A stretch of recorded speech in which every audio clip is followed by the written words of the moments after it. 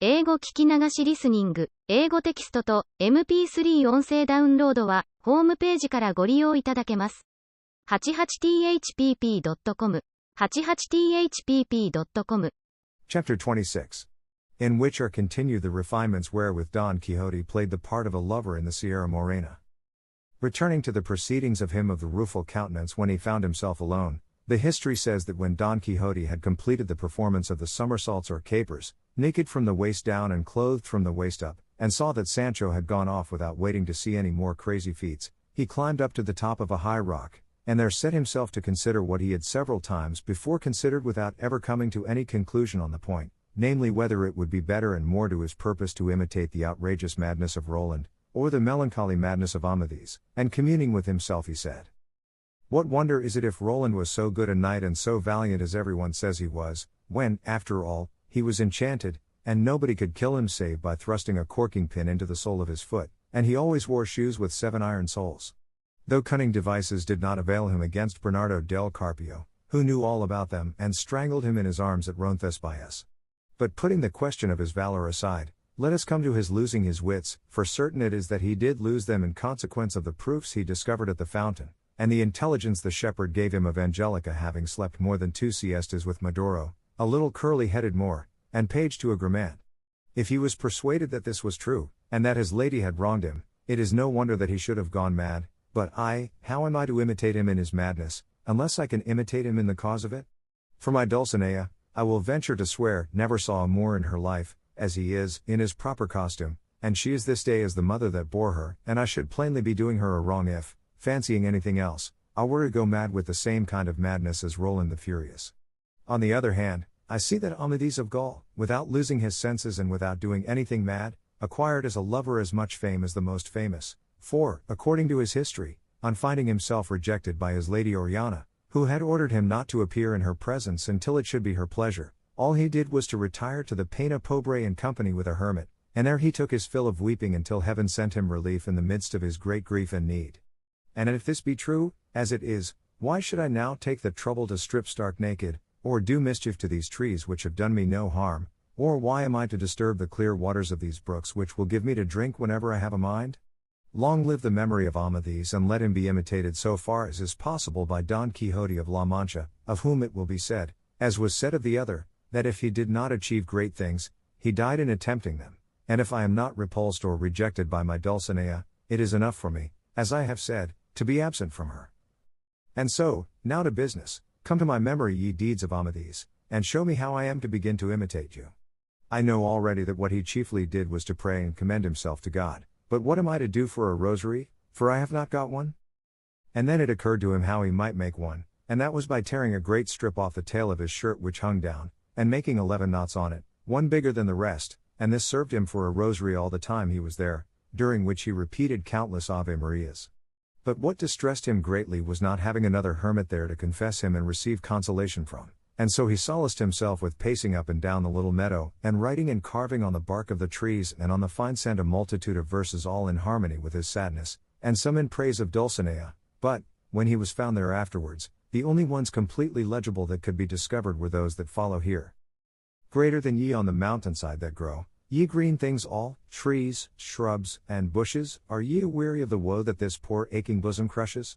If it disturb you, and I owe some reparation, it may be a defense for me to let you know Don Quixote's tears are on the flow, and all for distant Dulcinea del Toboso. The lealest lover time can show, doomed for a lady love to languish, among these solitudes doth go, a prey to every kind of anguish. Why love should like a spiteful foe thus use him, he hath no idea, but hogsheads full, this doth he know, Don Quixote's tears are on the flow, and all for distant Dulcinea del Toboso. Adventure seeking doth he go up rugged heights, down rocky valleys, but hill or dale, or high or low, mishap attendeth all his sallies. Love still pursues him to and fro, and plies his cruel scourge, me.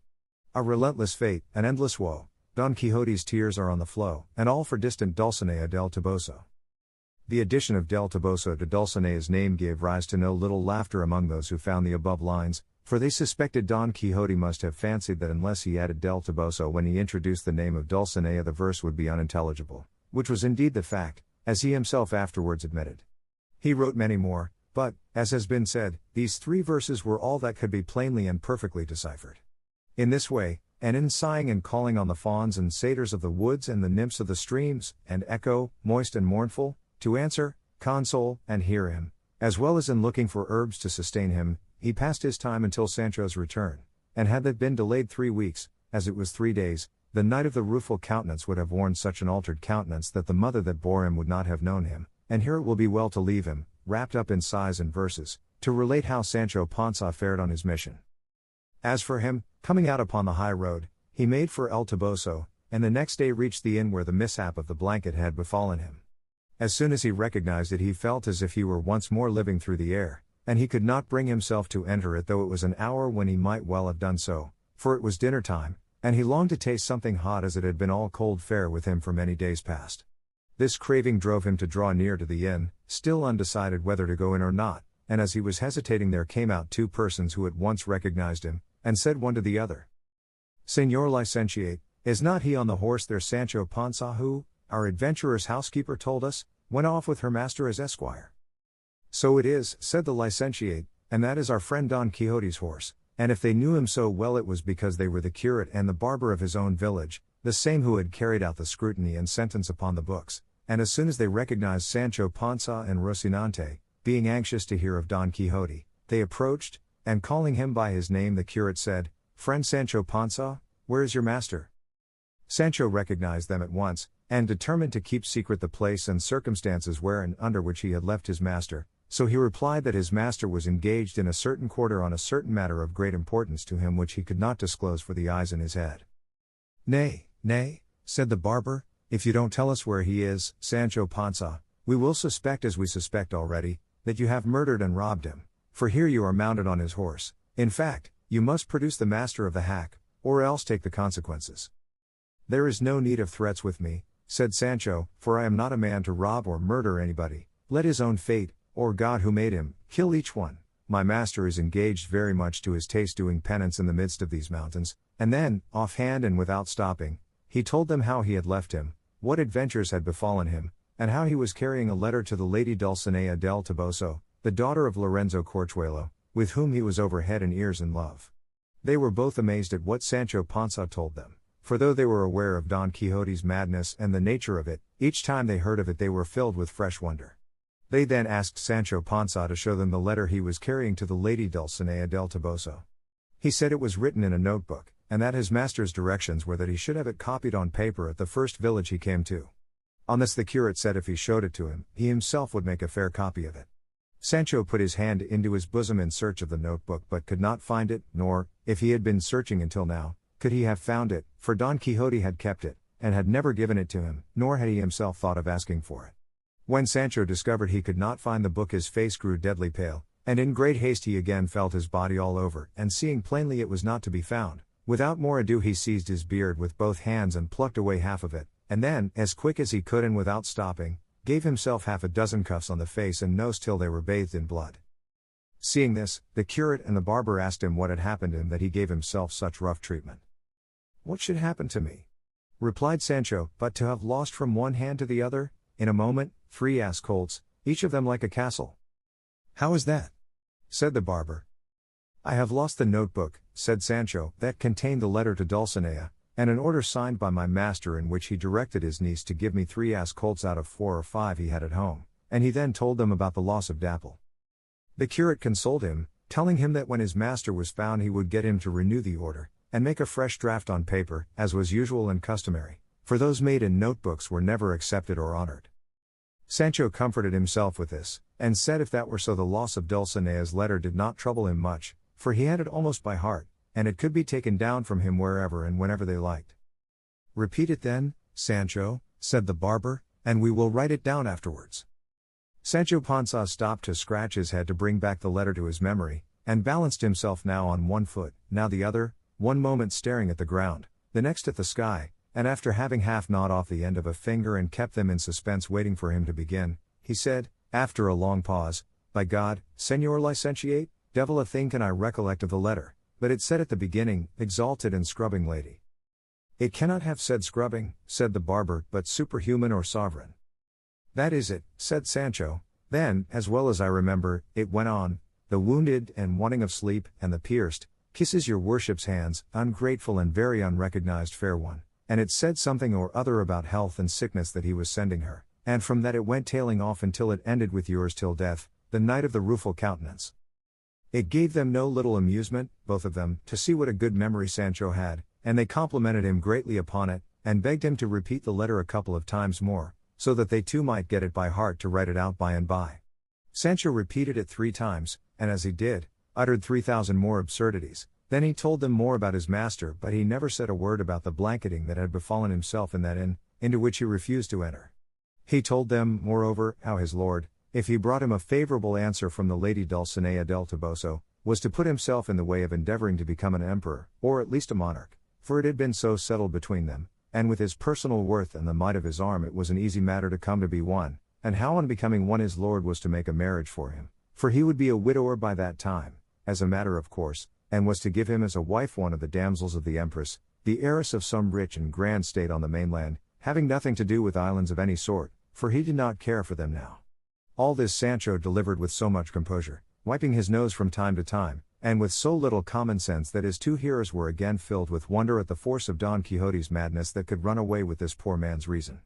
They did not care to take the trouble of disabusing him of his error, as they considered that since it did not in any way hurt his conscience it would be better to leave him in it, and they would have all the more amusement in listening to his simplicities, and so they bade him pray to God for his lord's health, as it was a very likely and a very feasible thing for him in course of time to come to be an emperor, as he said, or at least an archbishop or some other dignitary of equal rank. To which Sancho made answer, if fortune, sirs, should bring things about in such a way that my master should have a mind, instead of being an emperor, to be an archbishop, I should like to know what archbishops errant commonly give their squires? They commonly give them, said the curate, some simple benefice or cure, or some place as sacristan which brings them a good fixed income, not counting the altar fees, which may be reckoned at as much more. But for that, said Sancho, the squire must be unmarried, and must know, at any rate, how to help at mass, and if that be so, woe is me, for I am married already and I don't know the first letter of the ABC. What will become of me if my master takes a fancy to be an archbishop and not an emperor, as is usual and customary with knights errant? Be not uneasy, friend Sancho, said the barber, for we will entreat your master, and advise him, even urging it upon him as a case of conscience, to become an emperor and not an archbishop, because it will be easier for him as he is more valiant than lettered. So I have thought, said Sancho, though I can tell you he is fit for anything. What I mean to do for my part is to pray to our Lord to place him where it may be best for him, and where he may be able to bestow most favors upon me.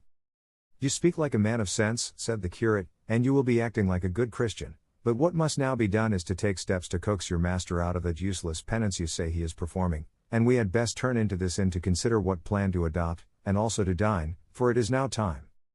Sancho said they might go in, but that he would wait there outside, and that he would tell them afterwards the reason why he was unwilling, and why it did not suit him to enter it, but he begged them to bring him out something to eat, and to let it be hot, and also to bring barley for Rocinante. They left him and went in, and presently the barber brought him out something to eat. By and by, after they had between them carefully thought over what they should do to carry out their object, the curate hit upon an idea very well adapted to humor Don Quixote, and effect their purpose, and his notion, which he explained to the barber, was that he himself should assume the disguise of a wandering damsel, while the other should try as best he could to pass for a squire, and that they should thus proceed to where Don Quixote was, and he, pretending to be an aggrieved and distressed damsel, should ask a favor of him, which as a valiant knight-errant he could not refuse to grant, and the favor he meant to ask him was that he should accompany her whither she would conduct him, in order to redress a wrong which a wicked knight had done her, while at the same time she should entreat him not to require her to remove her mask, nor ask her any question touching her circumstances until he had righted her with the wicked knight. And he had no doubt that Don Quixote would comply with any request made in these terms, and that in this way they might remove him and take him to his own village, where they would endeavor to find out if his extraordinary madness admitted of any kind of remedy. Chapter 27. Of how the curate and the barber proceeded with their scheme, together with other matters worthy of record in this great history. The curate's plan did not seem a bad one to the barber, but on the contrary so good that they immediately set about putting it in execution. They begged a petticoat and hood of the landlady, leaving her in pledge a new cassock of the curate's, and the barber made a beard out of a grey-brown or red oxtail in which the landlord used to stick his comb. The landlady asked them what they wanted these things for, and the curate told her in a few words about the madness of Don Quixote, and how this disguise was intended to get him away from the mountain where he then was.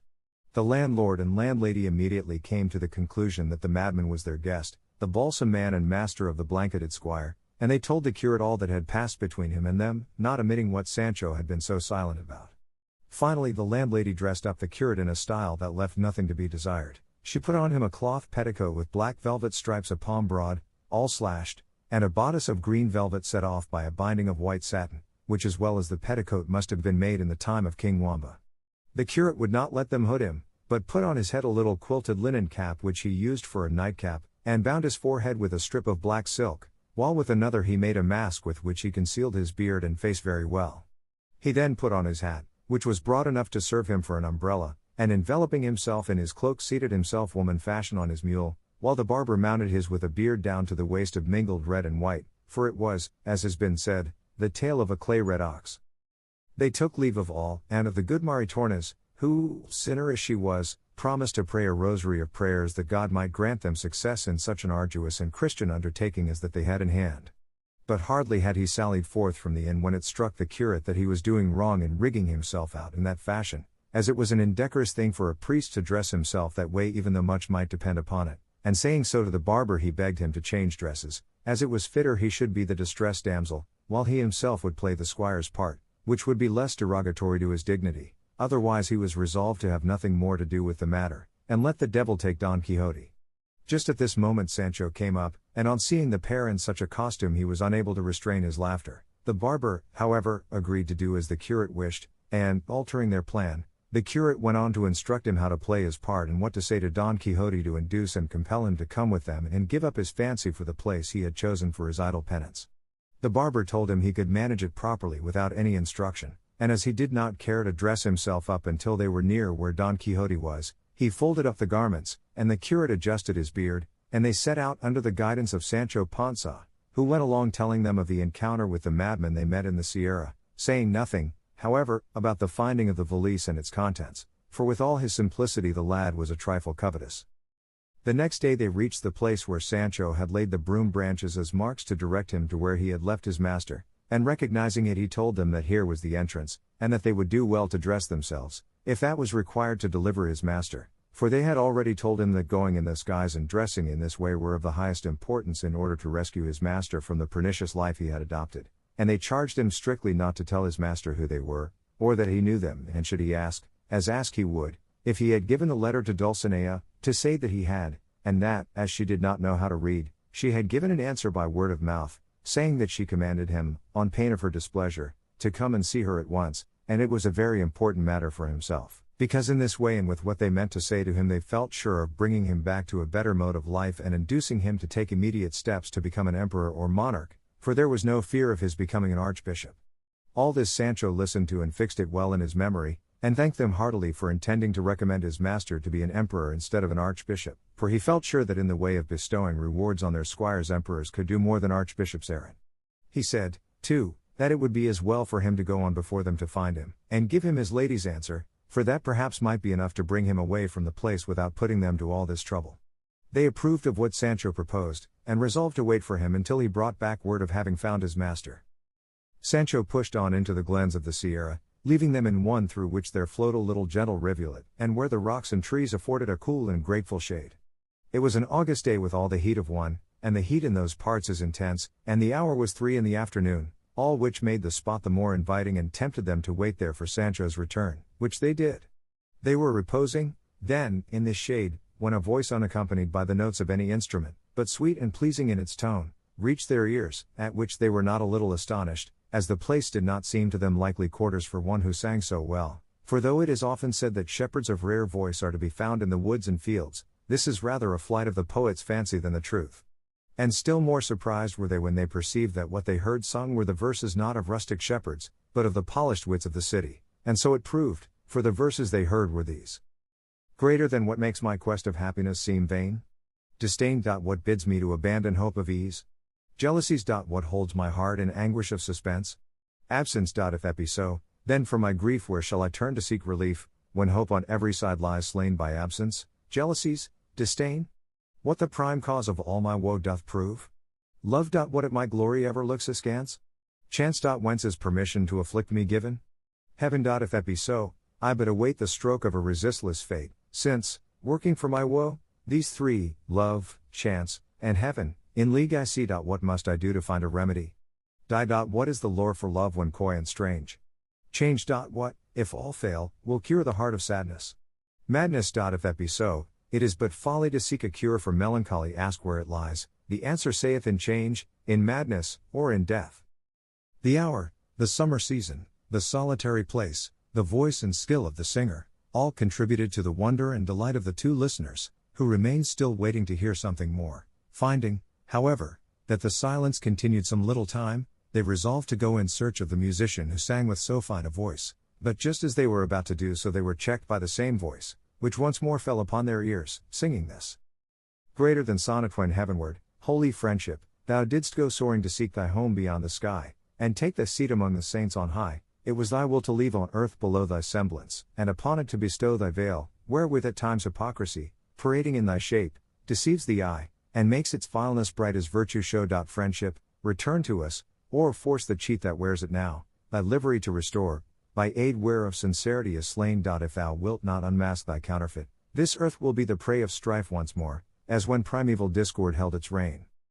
The song ended with a deep sigh, and again the listeners remained waiting attentively for the singer to resume, but perceiving that the music had now turned to sobs and heartrending moans, they determined to find out who the unhappy being could be whose voice was as rare as his sighs were piteous. And they had not proceeded far when, on turning the corner of a rock, they discovered a man of the same aspect and appearance as Sancho had described to them when he told them the story of Cardenio. He, showing no astonishment when he saw them, stood still with his head bent down upon his breast like one in deep thought, without raising his eyes to look at them after the first glance when they suddenly came upon him. The curate, who was aware of his misfortune and recognized him by the description, being a man of good address, approached him and in a few sensible words entreated and urged him to quit a life of such misery, lest he should end it there, which would be the greatest of all misfortunes. Cardenio was then in his right mind, free from any attack of that madness which so frequently carried him away, and seeing them dressed in a fashion so unusual among the frequenters of those wilds, could not help showing some surprise, especially when he heard them speak of his case as if it were a well-known matter, for the curate's words gave him to understand as much, so he replied to them thus. I see plainly, sirs, whoever you may be, that heaven, whose care it is to succor the good, and even the wicked very often, here, in this remote spot, cut off from human intercourse, sends me, though I deserve it not, those who seek to draw me away from this to some better retreat, showing me by many and forcible arguments how unreasonably I act in leading the life I do, but as they know that if I escape from this evil I shall fall into another still greater, perhaps they will set me down as a weak-minded man, or, what is worse, one devoid of reason. Nor would it be any wonder, for I myself can perceive that the effect of the recollection of my misfortunes is so great and works so powerfully to my ruin, that in spite of myself I become at times like a stone, without feeling or consciousness, and I come to feel the truth of it when they tell me and show me proofs of the things I have done when the terrible fit overmasters me, and all I can do is bewail my lot in vain, and idly curse my destiny, and plead for my madness by telling how it was caused, to any that care to hear it, for no reasonable beings on learning the cause will wonder at the effects, and if they cannot help me at least they will not blame me, and the repugnance they feel at my wild ways will turn into pity for my woes. If it be, sirs, that you are here with the same design as others have come, before you proceed with your wise arguments, I entreat you to hear the story of my countless misfortunes, for perhaps when you have heard it you will spare yourselves the trouble you would take in offering consolation to grief that is beyond the reach of it.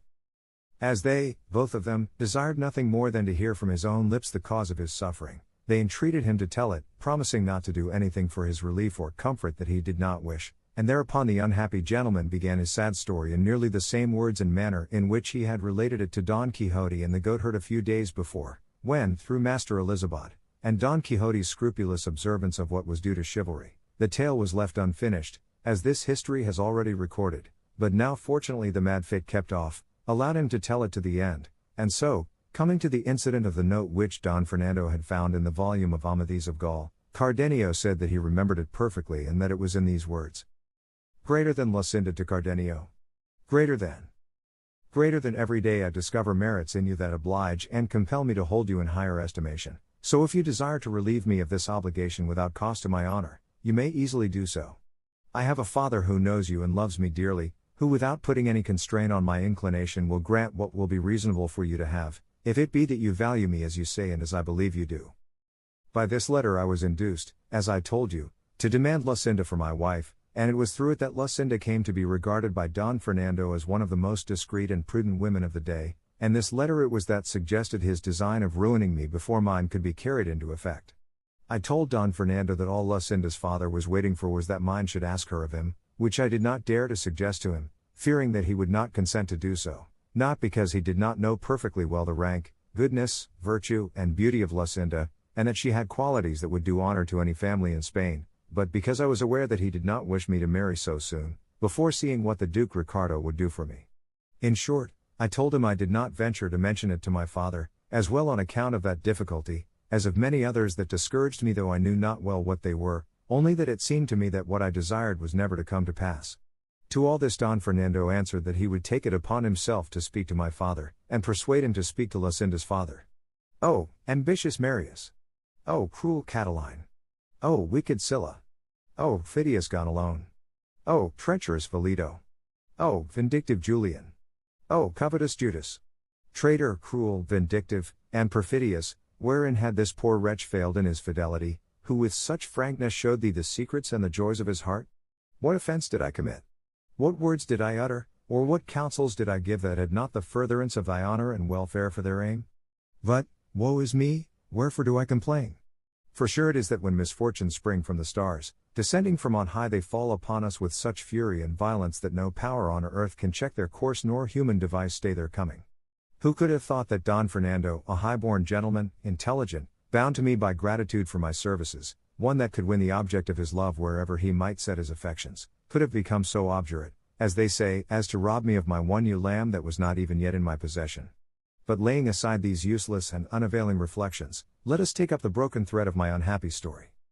To proceed, then, Don Fernando, finding my presence an obstacle to the execution of his treacherous and wicked design, resolved to send me to his elder brother under the pretext of asking money from him to pay for 6 horses which, purposely, and with the sole object of sending me away that he might the better carry out his infernal scheme, he had purchased the very day he offered to speak to my father, and the price of which he now desired me to fetch. Could I have anticipated this treachery? Could I by any chance have suspected it? Nay, so far from that, I offered with the greatest pleasure to go at once, in my satisfaction at the good bargain that had been made. That night I spoke with Lucinda, and told her what had been agreed upon with Don Fernando, and how I had strong hopes of our fair and reasonable wishes being realized. She, as unsuspicious as I was of the treachery of Don Fernando, bade me try to return speedily, as she believed the fulfillment of our desires would be delayed only so long as my father put off speaking to hers. I know not why it was that on saying this to me her eyes filled with tears, and there came a lump in her throat that prevented her from uttering a word of many more that it seemed to me she was striving to say to me. I was astonished at this unusual turn, which I never before observed in her. For we always conversed, whenever good fortune and my ingenuity gave us the chance, with the greatest gaiety and cheerfulness, mingling tears, sighs, jealousies, doubts, or fears with our words. It was all on my part a eulogy of my good fortune that heaven should have given her to me for my mistress. I glorified her beauty, I extolled her worth and her understanding, and she paid me back by praising in me what in her love for me she thought worthy of praise, and besides we had 100,000 trifles and doings of our neighbors and acquaintances to talk about, and the utmost extent of my boldness was to take, almost by force, one of her fair white hands and carry it to my lips, as well as the closeness of the low grating that separated us allowed me. But the night before the unhappy day of my departure she wept, she moaned, she sighed, and she withdrew, leaving me filled with perplexity and amazement, overwhelmed at the sight of such strange and affecting signs of grief and sorrow in Lucinda. But not to dash my hopes, I ascribed it all to the depth of her love for me and the pain that separation gives those who love tenderly. At last I took my departure, sad and dejected, my heart filled with fancies and suspicions, but not knowing well what it was I suspected or fancied, plain omens pointing to the sad event and misfortune that was awaiting me. I reached the place whither I had been sent, gave the letter to Don Fernando's brother, and was kindly received but not promptly dismissed, for he desired me to wait, very much against my will, 8 days in some place where the Duke his father was not likely to see me, as his brother wrote that the money was to be sent without his knowledge, all of which was a scheme of the treacherous Don Fernando, for his brother had no one of money to enable him to dispatch me at once. The command was one that exposed me to the temptation of disobeying it, as it seemed to me impossible to endure life for so many days separated from Lucinda, especially after leaving her in the sorrowful mood I have described to you. Nevertheless, as a dutiful servant I obeyed, though I felt it would be at the cost of my well-being. But 4 days later there came a man in quest of me with a letter which he gave me, and which by the address I perceived to be from Lucinda, as the writing was hers. I opened it with fear and trepidation, persuaded that it must be something serious that had impelled her to write to me when at a distance, as she seldom did so when I was near. Before reading it, I asked the man who it was that had given it to him, and how long he had been upon the road. He told me that as he happened to be passing through one of the streets of the city at the hour of noon, a very beautiful lady called to him from a window, and with tears in her eyes said to him hurriedly, "Brother, if you are, as you seem to be, a Christian, for the love of God I entreat you to have this letter dispatched without a moment's delay to the place and person named in the address, all which is well known, and by this you will render a great service to our Lord, and that you may be at no inconvenience in doing so, take what is in this handkerchief." And said he, with this she threw me a handkerchief out of the window in which were tied up 100 reals and this gold ring which I bring here together with the letter I have given you. And then without waiting for any answer she left the window, though not before she saw me take the letter and the handkerchief, and I had by signs let her know that I would do as she bade me, and so, seeing myself so well paid for the trouble I would have in bringing it to you, and knowing by the address that it was to you it was sent, for, Señor, I know you very well, and also unable to resist that beautiful lady's tears, I resolved to trust no one else, but to come myself and give it to you, and in 16 hours from the time when it was given me I have made the journey, which, as you know, is 18 leagues. All the while the good-natured improvised courier was telling me this, I hung upon his words, my legs trembling under me so that I could scarcely stand. However, I opened the letter and read these words. "The promise Don Fernando gave you to urge your father to speak to mine, he has fulfilled much more to his own satisfaction than to your advantage. I have to tell you, Señor, that he has demanded me for a wife, and my father, led away by what he considers Don Fernando's superiority over you, has favored his suit so cordially, that in 2 days hence the betrothal is to take place with such secrecy and so privately that the only witnesses are to be the heavens above and a few of the household. Picture to yourself the state I am in, judge if it be urgent for you to come, the issue of the affair will show you whether I love you or not. God grant this may come to your hand before mine shall be forced to link itself with his who keeps so the faith that he has pledged." Such, in brief, were the words of the letter, words that made me set out at once without waiting any longer for reply or money, for I now saw clearly that it was not the purchase of horses but of his own pleasure that had made Don Fernando send me to his brother. The exasperation I felt against Don Fernando, joined with the fear of losing the prize I had won by so many years of love and devotion, lent me wings, so that almost flying I reached home the same day, by the hour which served for speaking with Lucinda. I arrived unobserved, and left the mule on which I had come at the house of the worthy man who had brought me the letter, and fortune was pleased to be for once so kind that I found Lucinda at the grating that was the witness of our loves. She recognized me at once, and I her, but not as she ought to have recognized me, or I her. But who is there in the world that can boast of having fathomed or understood the wavering mind and unstable nature of a woman? Of a truth no one. To proceed, as soon as Lucinda saw me she said, "Cardenio, I am in my bridal dress, and the treacherous Don Fernando and my covetous father are waiting for me in the hall with the other witnesses, who shall be the witnesses of my death before they witness my betrothal.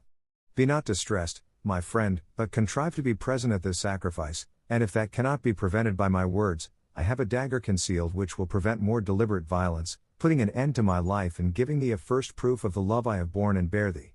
I replied to her distractedly and hastily, in fear lest I should not have time to reply, "May thy words be verified by thy deeds, lady, and if thou hast a dagger to save thy honor, I have a sword to defend thee or kill myself if fortune be against us." I think she could not have heard all these words, for I perceived that they called her away in haste, as the bridegroom was waiting. Now the night of my sorrow set in, the sun of my happiness went down, I felt my eyes bereft of sight, my mind of reason. I could not enter the house, nor was I capable of any movement, but reflecting how important it was that I should be present at what might take place on the occasion, I nerved myself as best I could and went in, for I well knew all the entrances and outlets, and besides, with the confusion that in secret pervaded the house no one took notice of me, so, without being seen, I found an opportunity of placing myself in the recess formed by a window of the hall itself, and concealed by the ends and borders of 2 tapestries, from between which I could, without being seen, see all that took place in the room. Who could describe the agitation of heart I suffered as I stood there, the thoughts that came to me, the reflections that passed through my mind? They were such as cannot be, nor were it well they should be, told. Suffice it to say that the bridegroom entered the hall in his usual dress, without ornament of any kind. As groomsman he had with him a cousin of Lucinda's, and except the servants of the house there was no one else in the chamber. Soon afterwards Lucinda came out from an antechamber, attended by her mother and 2 of her damsels, arrayed and adorned as became her rank and beauty, and in full festival and ceremonial attire. My anxiety and distraction did not allow me to observe or notice particularly what she wore. I could only perceive the colors, which were crimson and white, and the glitter of the gems and jewels on her head dress and apparel, surpassed by the rare beauty of her lovely auburn hair that vying with the precious stones and the light of the 4 torches that stood in the hall shone with a brighter gleam than all. O memory, mortal foe of my peace! What bring before me now the incomparable beauty of that adored enemy of mine? Were it not better, cruel memory, to remind me and recall what she then did, that stirred by a wrong so glaring I may seek, if not vengeance now, at least to rid myself of life? Be not weary, sirs, of listening to these digressions. My sorrow is not one of those that can or should be told tersely and briefly, for to me each incident seems to call for many words. To this the curate replied that not only were they not weary of listening to him, but that the details he mentioned interested them greatly, being of a kind by no means to be omitted and deserving of the same attention as the main story. To proceed, then, continued Cardenio, all being assembled in the hall, the priest of the parish came in, and as he took the pair by the hand to perform the requisite ceremony, at the words, "Will you, Señora Lucinda, take Señor Don Fernando, here present, for your lawful husband, as the Holy Mother Church ordains?" I thrust my head and neck out from between the tapestries, and with eager ears and throbbing heart set myself to listen to Lucinda's answer, awaiting in her reply the sentence of death or the grant of life. Oh, that I had but dared at that moment to rush forward crying aloud, "Lucinda, Lucinda! Have a care what thou dost, remember what thou owest me, bethink thee thou art mine and canst not be another's, reflect that thy utterance of yes and the end of my life will come at the same instant. Oh, treacherous Don Fernando! Robber of my glory, death of my life! What seekest thou? Remember that thou canst not as a Christian attain the object of thy wishes, for Lucinda is my bride, and I am her husband. Fool that I am! Now that I am far away and out of danger, I say I should have done what I did not do. Now that I have allowed my precious treasure to be robbed from me, I curse the robber, on whom I might have taken vengeance had I as much heart for it as I have for bewailing my fate. In short, as I was then a coward and a fool, little wonder is it if I am now dying shame-stricken, remorseful, and mad. The priest stood waiting for the answer of Lucinda, who for a long time withheld it, and just as I thought she was taking out the dagger to save her honor, or struggling for words to make some declaration of the truth on my behalf, I heard her say in a faint and feeble voice, "I will." Don Fernando said the same, and giving her the ring they stood linked by a knot that could never be loosed. The bridegroom then approached to embrace his bride, and she, pressing her hand upon her heart, fell fainting in her mother's arms. It only remains now for me to tell you the state I was in when in the consent that I heard I saw all my hopes mocked, the words and promises of Lucinda proved falsehoods, and the recovery of the prize I had that instant lost rendered impossible forever. I stood stupefied, wholly abandoned, it seemed, by heaven, declared the enemy of the earth that bore me, the air refusing me breath for my sighs, the water moisture for my tears. It was only the fire that gathered strength so that my whole frame glowed with rage and jealousy. They were all thrown into confusion by Lucinda's fainting, and as her mother was unlacing her to give her air, a sealed paper was discovered in her bosom which Don Fernando seized at once and began to read by the light of one of the torches. As soon as he had read it, he seated himself in a chair, leaning his cheek on his hand in the attitude of one deep in thought, without taking any part in the efforts that were being made to recover his bride from her fainting fit. Seeing all the household in confusion, I ventured to come out regardless whether I were seen or not, and determined, if I were, to do some frenzied deed that would prove to all the world the righteous indignation of my breast in the punishment of the treacherous Don Fernando, and even in that of the fickle fainting traitress. But my fate, doubtless reserving me for greater sorrows, if such there be, so ordered it that just then I had enough and to spare of that reason which has since been wanting to me, and so, without seeking to take vengeance on my greatest enemies, which might have been easily taken, as all thought of me was so far from their minds, I resolved to take it upon myself, and on myself to inflict the pain they deserved, perhaps with even greater severity than I should have dealt out to them had I then slain them, for sudden pain is soon over, but that which is protracted by tortures is ever slain without ending life. In a word, I quitted the house and reached that of the man with whom I had left my mule. I made him saddle it for me, mounted without bidding him farewell, and rode out of the city, like another lot, not daring to turn my head to look back upon it. And when I found myself alone in the open country, screened by the darkness of the night, and tempted by the stillness to give vent to my grief without apprehension or fear of being heard or seen, then I broke silence and lifted up my voice in maledictions upon Lucinda and Don Fernando, as if I could thus avenge the wrong they had done me. I called her cruel, ungrateful, false, thankless, but above all covetous, since the wealth of my enemy had blinded the eyes of her affection, and turned it from me to transfer it to one to whom fortune had been more generous and liberal. And yet, In the midst of this outburst of execration and upbraiding, I found excuses for her, saying it was no wonder that a young girl in the seclusion of her parents' house, trained and schooled to obey them always, should have been ready to yield to their wishes when they offered her for a husband a gentleman of such distinction, wealth, and noble birth, that if she had refused to accept him she would have been thought out of her senses, or to have set her affection elsewhere, a suspicion injurious to her fair name and fame. But then again, I said, had she declared I was her husband, they would have seen that in choosing me she had not chosen so ill but that they might excuse her, for before Don Fernando had made his offer, they themselves could not have desired, if their desires had been ruled by reason, a more eligible husband for their daughter than I was, and she, before taking the last fatal step of giving her hand, might easily have said that I had already given her mine, for I should have come forward to support any assertion of hers to that effect. In short, I came to the conclusion that feeble love, little reflection, great ambition, and a craving for rank, had made her forget the words with which she had deceived me, encouraged and supported by my firm hopes and honorable passion. Thus soliloquizing and agitated, I journeyed onward for the remainder of the night, and by daybreak I reached one of the passes of these mountains, among which I wandered for 3 days more without taking any path or road, until I came to some meadows lying on I know not which side of the mountains, and there I inquired of some herdsmen in what direction the most rugged part of the range lay.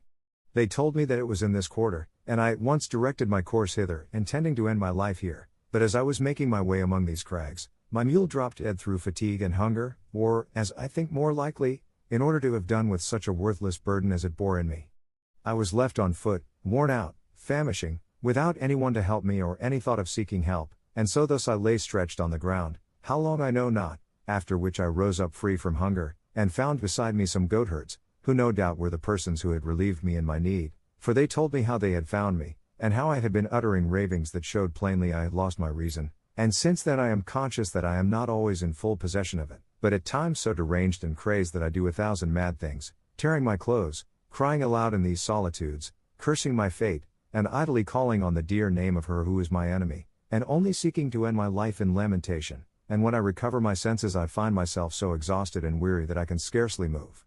Most commonly my dwelling is the hollow of a cork tree large enough to shelter this miserable body. The herdsmen and goatherds who frequent these mountains, moved by compassion, furnish me with food, leaving it by the wayside or on the rocks, where they think I may perhaps pass and find it, and so, even though I may be then out of my senses, the wants of nature teach me what is required to sustain me, and make me crave it and eager to take it.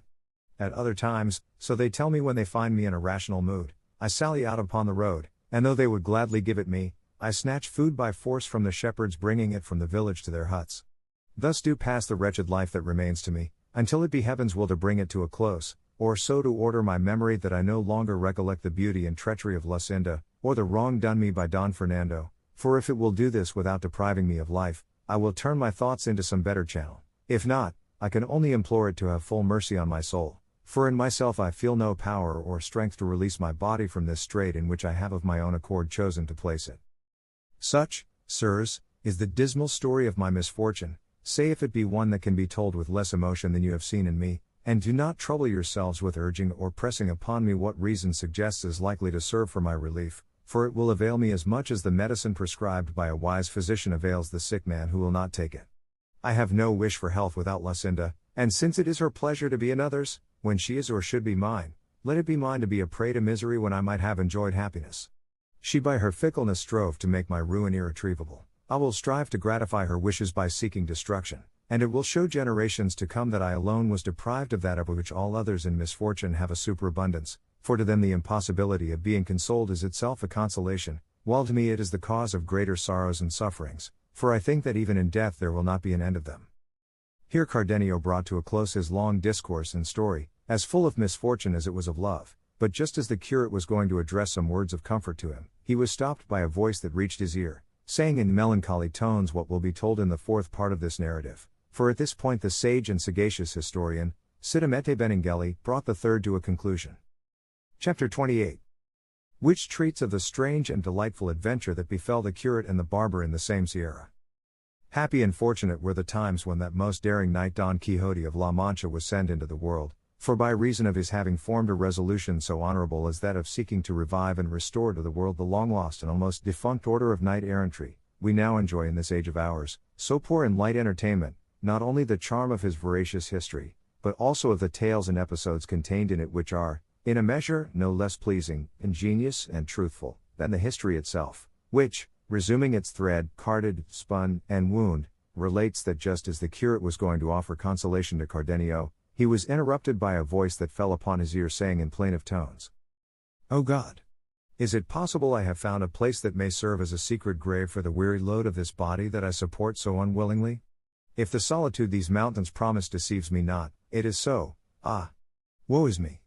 How much more grateful to my mind will be the society of these rocks and breaks that permit me to complain of my misfortune to heaven, than that of any human being, for there is none on earth to look to for counsel in doubt, comfort in sorrow, or relief in distress." All this was heard distinctly by the curate and those with him, and as it seemed to them to be uttered close by, as indeed it was, they got up to look for the speaker, and before they had gone 20 paces they discovered behind a rock, seated at the foot of an ash tree, a youth in the dress of a peasant, whose face they were unable at the moment to see as he was leaning forward, bathing his feet in the brook that flowed past. They approached so silently that he did not perceive them, being fully occupied in bathing his feet, which were so fair that they looked like two pieces of shining crystal brought forth among the other stones of the brook. The whiteness and beauty of these feet struck them with surprise, for they did not seem to have been made to crush clods or to follow the plough and the oxen as their owner's dress suggested, and so, finding they had not been noticed, the curate, who was in front, made a sign to the other two to conceal themselves behind some fragments of rock that lay there, which they did, observing closely what the youth was about. He had on a loose double-skirted dark brown jacket bound tight to his body with a white cloth. He wore besides breeches and gaiters of brown cloth, and on his head a brown montera, and he had the gaiters turned up as far as the middle of the leg, which verily seemed to be of pure alabaster. As soon as he had done bathing his beautiful feet, he wiped them with a towel he took from under the montera, on taking off which he raised his face, and those who were watching him had an opportunity of seeing a beauty so exquisite that Cardenio said to the curate in a whisper, "As this is not Lucinda, it is no human creature but a divine being." The youth then took off the montera, and shaking his head from side to side there broke loose and spread out a mass of hair that the beams of the sun might have envied. By this they knew that what had seemed a peasant was a lovely woman, nay the most beautiful the eyes of two of them had ever beheld, or even Cardenio's if they had not seen and known Lucinda, for he afterwards declared that only the beauty of Lucinda could compare with this.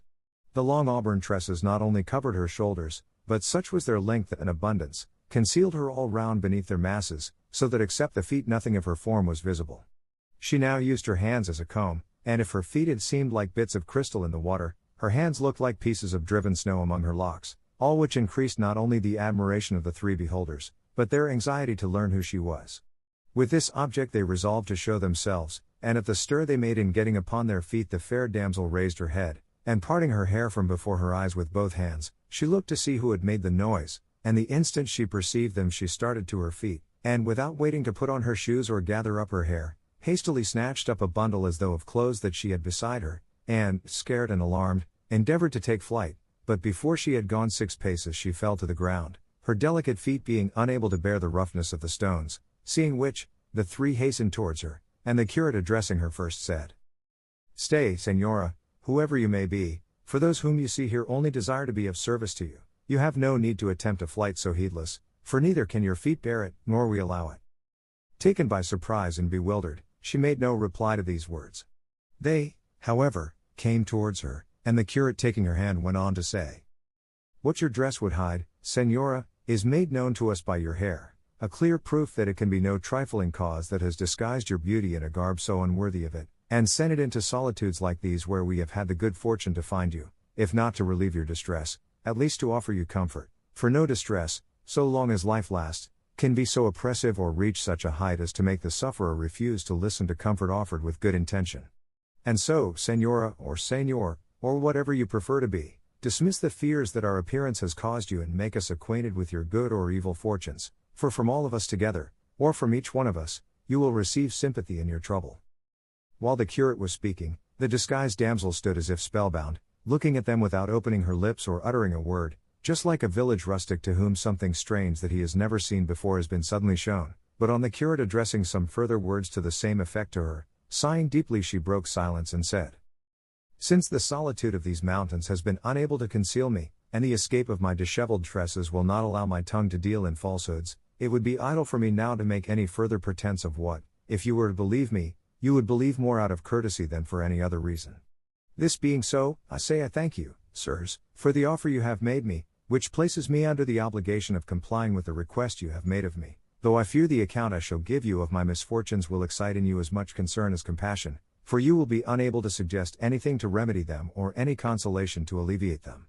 However, that my honor may not be left a matter of doubt in your minds, now that you have discovered me to be a woman, and see that I am young, alone, and in this dress, things that taken together or separately would be enough to destroy any good name, I feel bound to tell what I would willingly keep secret if I could.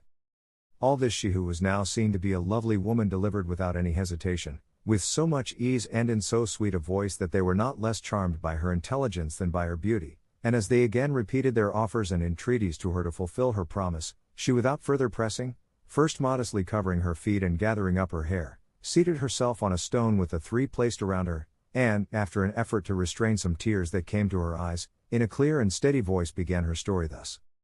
In this Andalusia there is a town from which a duke takes a title which makes him one of those that are called grandees of Spain. This nobleman has two sons, the elder heir to his dignity and apparently to his good qualities, the younger heir to I know not what, unless it be the treachery of Valido and the falsehood of Gonalone. My parents are this lord's vassals, lowly in origin, but so wealthy that if birth had conferred as much on them as fortune, they would have had nothing left to desire, nor should I have had reason to fear trouble like that in which I find myself now, for it may be that my ill fortune came of theirs in not having been nobly born.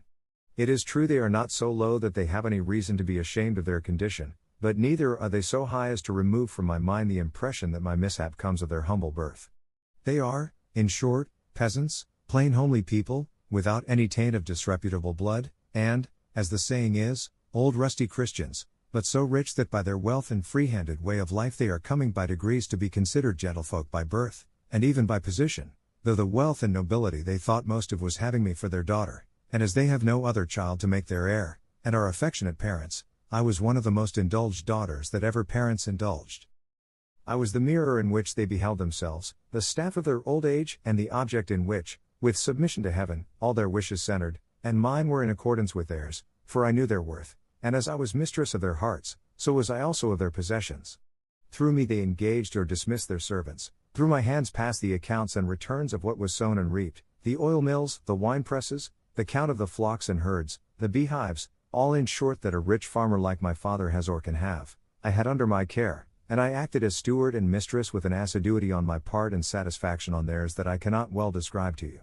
The leisure hours left to me after I had given the requisite orders to the head shepherds, overseers, and other laborers, I passed in such employments as are not only allowable but necessary for young girls, those that the needle, embroidery cushion, and spinning will usually afford, and if to refresh my mind I quitted them for a while, I found recreation in reading some devotional book or playing the harp, for experience taught me that music soothes the troubled mind and relieves weariness of spirit.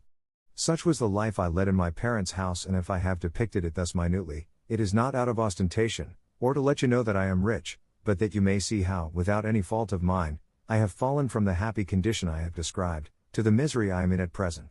The truth is, that while I was leading this busy life, in a retirement that might compare with that of a monastery, and unseen as I thought by any except the servants of the house, for when I went to mass it was so early in the morning, and I was so closely attended by my mother and the women of the household, and so thickly veiled and so shy, that my eyes scarcely saw more ground than I trod on. In spite of all this, the eyes of love, or idleness, more properly speaking, that the lynxes cannot rival, discovered me, with the help of the assiduity of Don Fernando, for that is the name of the younger son of the Duke I told of. The moment the speaker mentioned the name of Don Fernando, Cardenio changed color and broke into a sweat, with such signs of emotion that the curate and the barber, who observed it, feared that one of the mad fits which they heard attacked him sometimes was coming upon him, but Cardenio showed no further agitation and remained quiet, regarding the peasant girl with fixed attention, for he began to suspect who she was. She, however, without noticing the excitement of Cardenio, continuing her story, went on to say, "And they had hardly discovered me, when, as he owned afterwards, he was smitten with a violent love for me, as the manner in which it displayed itself plainly showed. But to shorten the long recital of my woes, I will pass over in silence all the artifices employed by Don Fernando for declaring his passion for me. He bribed all the household, he gave and offered gifts and presents to my parents, every day was like a holiday or a merrymaking in our street, by night no one could sleep for the music, the love letters that used to come to my hand, no one knew how, were innumerable, full of tender pleadings and pledges, containing more promises and oaths than there were letters in them, all which not only did not soften me, but hardened my heart against him, as if he had been my mortal enemy, and as if everything he did to make me yield were done with the opposite intention. Not that the hybrid bearing of Don Fernando was disagreeable to me, or that I found his importunities wearisome, for it gave me a certain sort of satisfaction to find myself so sought and prized by a gentleman of such distinction, and I was not displeased at seeing my praises in his letters, for however ugly we women may be, it seems to me it always pleases us to hear ourselves called beautiful, but that my own sense of right was opposed to all this, as well as the repeated advice of my parents, who now very plainly perceived Don Fernando's purpose, for he cared very little if all the world knew it. They told me they trusted and confided their honor and good name to my virtue and rectitude alone, and bade me consider the disparity between Don Fernando and myself, from which I might conclude that his intentions, whatever he might say to the contrary, had for their aim his own pleasure rather than my advantage, and if I were at all desirous of opposing an obstacle to his unreasonable suit, they were ready, they said, to marry me at once to anyone I preferred, either among the leading people of our own town, or of any of those in the neighborhood, for with their wealth and my good name, a match might be looked for in any quarter. This offer, and their sound advice strengthened my resolution, and I never gave Don Fernando a word in reply that could hold out to him any hope of success, however remote. All this caution of mine, which he must have taken for coyness, had apparently the effect of increasing his want and appetite, for that is the name I give to his passion for me. Had it been what he declared it to be, you would not know of it now, because there would have been no occasion to tell you of it. At length he learned that my parents were contemplating marriage for me in order to put an end to his hopes of obtaining possession of me, or at least to secure additional protectors to watch over me, and this intelligence or suspicion made him act as you shall hear. One night, as I was in my chamber with no other companion than a damsel who waited on me, with the doors carefully locked lest my honor should be imperiled through any carelessness, I know not nor can conceive how it happened, but, with all this seclusion and these precautions, and in the solitude and silence of my retirement, I found him standing before me, a vision that so astounded me that it deprived my eyes of sight, and my tongue of speech. I had no power to utter a cry, nor, I think, did he give me time to utter one, as he immediately approached me, and taking me in his arms, for, overwhelmed as I was powerless, I say, to help myself, he began to make such professions to me that I know not how falsehood could have had the power of dressing them up to seem so like truth, and the traitor contrived that his tears should vouch for his words, and his sighs for his sincerity. I, a poor young creature alone, ill-versed among my people in cases such as this, began, I know not how, to think all these lying protestations true, though without being moved by his sighs and tears to anything more than pure compassion, and so, as the first feeling of bewilderment passed away, and I began in some degree to recover myself, I said to him with more courage than I thought I could have possessed, if, as I am now in your arms, Signor, I were in the claws of a fierce lion, and my deliverance could be procured by doing or saying anything to the prejudice of my honor, it would no more be in my power to do it or say it, than it would be possible that what was should not have been. So then, if you hold my body clasped in your arms, I hold my soul secured by virtuous intentions, very different from yours, as you will see if you attempt to carry them into effect by force. I am your vassal, but I am not your slave. Your nobility neither has nor should have any right to dishonor or degrade my humble birth, and low-born peasant as I am, I have my self-respect as much as you, a lord and gentleman. With me your violence will be to no purpose, your wealth will have no weight, your words will have no power to deceive me, nor your sighs or tears to soften me. Were I to see any of the things I speak of in him whom my parents gave me as a husband, his will should be mine, and mine should be bounded by his, and my honor being preserved even though my inclinations were not, would willingly yield him what you, Señor, would now obtain by force, and this I say lest you should suppose that any but my lawful husband shall ever win anything of me. If that, said this disloyal gentleman, be the only scruple you feel, fairest Dorothea, for that is the name of this unhappy being, see here I give you my hand to be yours, and let heaven, from which nothing is hid, and this image of Our Lady you have here, be witnesses of this pledge. When Cardenio heard her say she was called Dorothea, he showed fresh agitation and felt convinced of the truth of his former suspicion, but he was unwilling to interrupt the story, and wished to hear the end of what he already all but knew, so he merely said, "What? Is Dorothea your name, Signora? I have heard of another of the same name who can perhaps match your misfortunes. But proceed, by and by I may tell you something that will astonish you as much as it will excite your compassion." Dorothea was struck by Cardenio's words as well as by his strange and miserable attire, and begged him if he knew anything concerning her to tell it to her at once, for if fortune had left her any blessing it was courage to bear whatever calamity might fall upon her, as she felt sure that none could reach her capable of increasing in any degree what she endured already. "I would not let the occasion pass, Señora," replied Cardenio, of telling you what I think, if what I suspect were the truth, but so far there has been no opportunity, nor is it of any importance to you to know it. Be it as it may, replied Dorothea, what happened in my story was that Don Fernando, taking an image that stood in the chamber, placed it as a witness of our betrothal, and with the most binding words and extravagant oaths gave me his promise to become my husband, though before he had made an end of pledging himself I bade him consider well what he was doing, and think of the anger his father would feel at seeing him married to a peasant girl and one of his vassals. I told him not to let my beauty, such as it was, blind him, for that was not enough to furnish an excuse for his transgression, and if in the love he bore me he wished to do me any kindness, it would be to leave my lot to follow its course at the level my condition required, for marriages so unequal never brought happiness, nor did they continue long to afford the enjoyment they began with. All this that I have now repeated I said to him, and much more which I cannot recollect, but it had no effect in inducing him to forego his purpose. He who has no intention of paying does not trouble himself about difficulties when he is striking the bargain. At the same time I argued the matter briefly in my own mind, saying to myself, I shall not be the first who has risen through marriage from a lowly to a lofty station, nor will Don Fernando be the first whom beauty or, as is more likely, a blind attachment, has led to mate himself below his rank. Then, since I am introducing no new usage or practice, I may as well avail myself of the honor that chance offers me, for even though his inclination for me should not outlast the attainment of his wishes, I shall be, after all, his wife before God. And if I strive to repel him by scorn, I can see that, fair means failing, he is in a mood to use force, and I shall be left dishonored and without any means of proving my innocence to those who cannot know how innocently I have come to be in this position. For what arguments would persuade my parents that this gentleman entered my chamber without my consent? All these questions and answers passed through my mind in a moment, but the oaths of Don Fernando, the witnesses he appealed to, the tears he shed, and lastly the charms of his person and his high-bred grace, which, accompanied by such signs of genuine love, might well have conquered a heart even more free and coy than mine, these were the things that more than all began to influence me and lead me unawares to my ruin.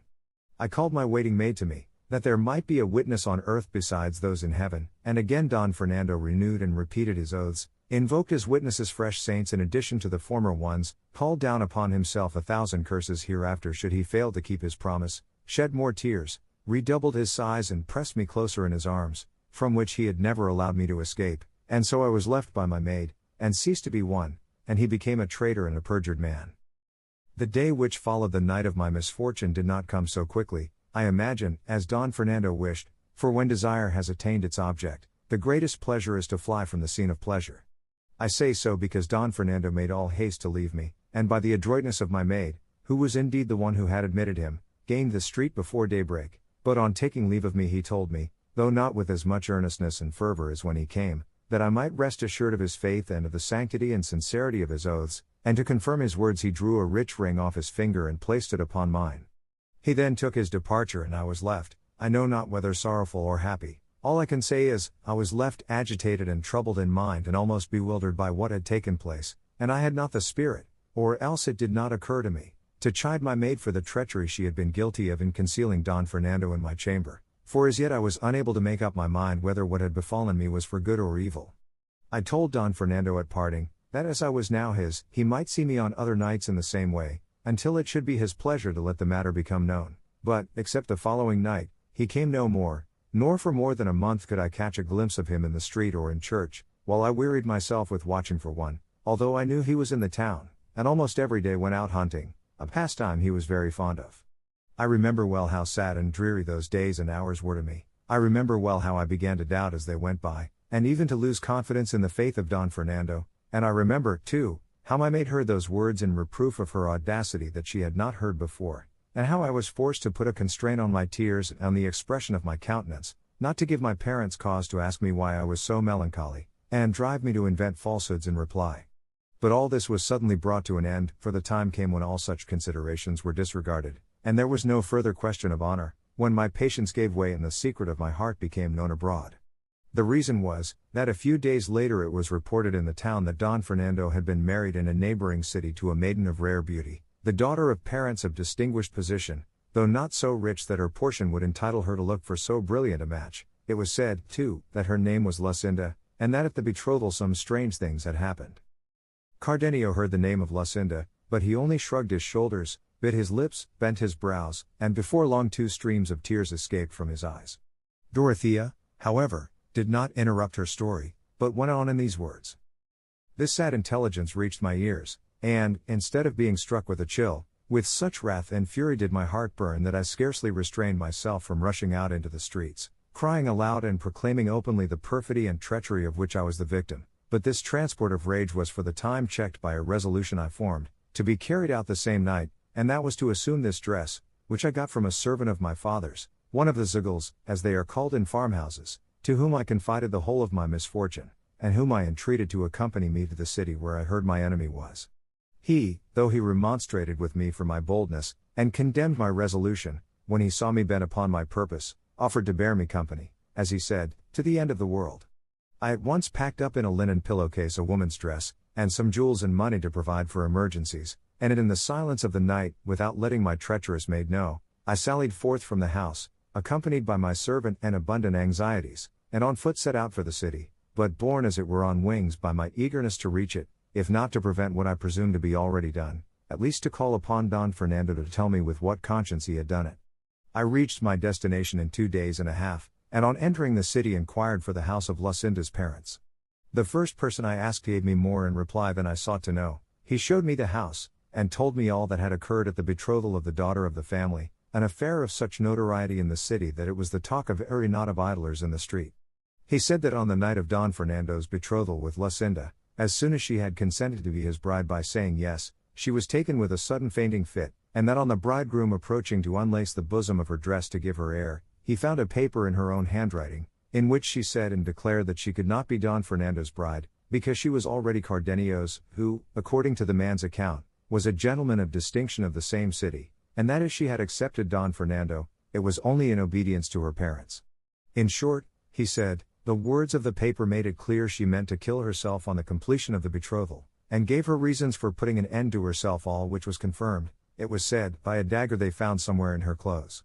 On seeing this, Don Fernando, persuaded that Lucinda had befooled, slighted and trifled with him, assailed her before she had recovered from her swoon, and tried to stab her with the dagger that had been found, and would have succeeded had not her parents and those who were present prevented him. It was said, moreover, that Don Fernando went away at once, and that Lucinda did not recover from her prostration until the next day, when she told her parents how she was really the bride of that Cardenio I have mentioned. I learned besides that Cardenio, according to report, had been present at the betrothal, and that upon seeing her betrothed contrary to his expectation, he had quitted the city in despair, leaving behind him a letter declaring the wrong Lucinda had done him, and his intention of going where no one should ever see him again. All this was a matter of notoriety in the city, and everyone spoke of it, especially when it became known that Lucinda was missing from her father's house and from the city, for she was not to be found anywhere, to the distraction of her parents, who knew not what steps to take to recover her. What I learned revived my hopes, and I was better pleased not to have found Don Fernando than to find him married, for it seemed to me that the door was not yet entirely shut upon relief in my case, and I thought that perhaps heaven had put this impediment in the way of the second marriage, to lead him to recognize his obligations under the former one, and reflect that as a Christian he was bound to consider his soul above all human objects. All this passed through my mind, and I strove to comfort myself without comfort, indulging in faint and distant hopes of cherishing that life that I now abhor. But while I was in the city, uncertain what to do, as I could not find Don Fernando, I heard notice given by the public crier offering a great reward to anyone who should find me, and giving the particulars of my age and of the very dress I wore, and I heard it said that the lad who came with me had taken me away from my father's house, a thing that cut me to the heart, showing how low my good name had fallen, since it was not enough that I should lose it by my flight, but they must add with whom I had fled, and that one so much beneath me and so unworthy of my consideration. The instant I heard the notice I quitted the city with my servant, who now began to show signs of wavering in his fidelity to me, and the same night, for fear of discovery, we entered the most thickly wooded part of these mountains. But, as is commonly said, one evil calls up another, and the end of one misfortune is apt to be the beginning of one still greater, and so it proved in my case, for my worthy servant, until then so faithful and trusty when he found me in this lonely spot, moved more by his own villainy than by my beauty, sought to take advantage of the opportunity which these solitudes seemed to present him, and with little shame and less fear of God and respect for me, began to make overtures to me, and finding that I replied to the effrontery of his proposals with justly severe language, he laid aside the entreaties which he had employed at first, and began to use violence. But just heaven, that seldom fails to watch over and aid good intentions, so aided mine that with my slight strength and with little exertion I pushed him over a precipice, where I left him, whether dead or alive I know not, and then, with greater speed than seemed possible in my terror and fatigue, I made my way into the mountains, without any other thought or purpose save that of hiding myself among them, and escaping my father and those dispatched in search of me by his orders. It is now I know not how many months since with this object I came here, where I met a herdsman who engaged me as his servant at a place in the heart of this sierra, and all this time I have been serving him as herd, striving to keep always afield to hide these locks which have now unexpectedly betrayed me. But all my care and pains were unavailing, for my master made the discovery that I was not a man, and harbored the same base designs as my servant, and as fortune does not always supply a remedy in cases of difficulty, and I had no precipice or ravine at hand down which to fling the master and cure his passion, as I had in the servant's case, I thought it a lesser evil to leave him and again conceal myself among these crags, than make trial of my strength and argument with him. So, as I say, once more I went into hiding to seek for some place where I might with sighs and tears implore heaven to have pity on my misery, and grant me help and strength to escape from it, or let me die among the solitudes, leaving no trace of an unhappy being who, by no fault of hers, has furnished matter for talk and scandal at home and abroad. 物語の続きは、ホームページからお聞きいただけます。また、テキスト、MP3 ダウンロードも合わせてご利用ください。88thpp.com 88thpp.com